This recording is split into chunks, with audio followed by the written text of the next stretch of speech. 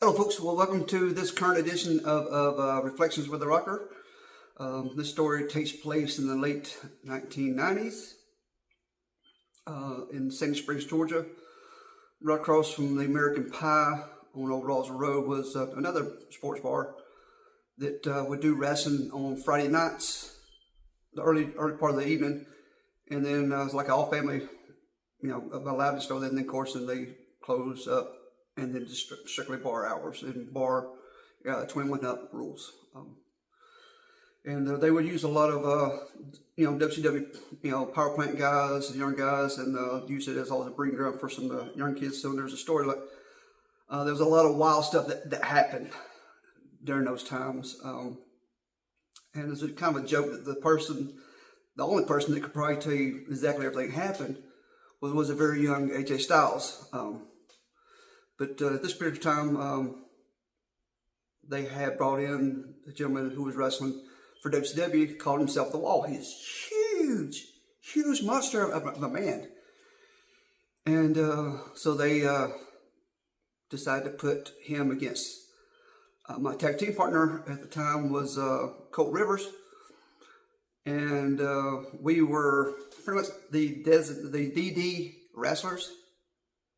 I mean that we were the designated drinkers, and our name was called the Brew Crew, and we pretty much lived our gimmick out, and they would pay us to wrestle, pretty much pay us to drink, pay us to go around doing shots with the patrons, taking Polaroids, handing out t-shirts, hats, doing shots with George Nichols, all that madness, and then afterwards they pay us to be bouncers. Some nights we were good, some nights we don't know what we were doing, but we were getting paid and having fun. But like I said, back on this particular night, we were wrestling the Wall.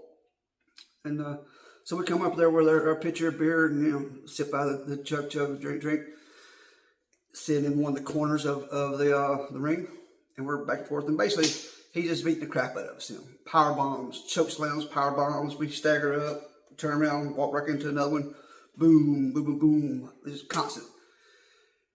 And then I feel like, we've had enough. And then Colt's like, one more, I'm up, please. I'm ready to go.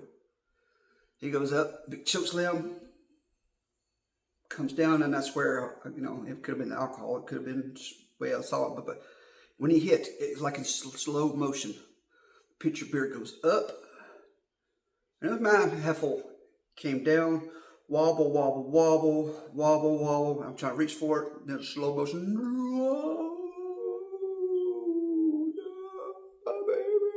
Precious. It hits. Then all of a sudden it was bloop, turned over. I rushed in, scooped it up, set it back down, looking at the mat. And I know alcohol abuse on my watch, so I got down on hands and knees and started sucking the mat and what beer could get out of it. And of course, grit and nastiness and probably whatever. I should have been down there, but alcohol would kill it all, we hope, but it was nasty. Crowd just kind of gave us that shock value reaction that we were looking for. Of course, he pinned both of us.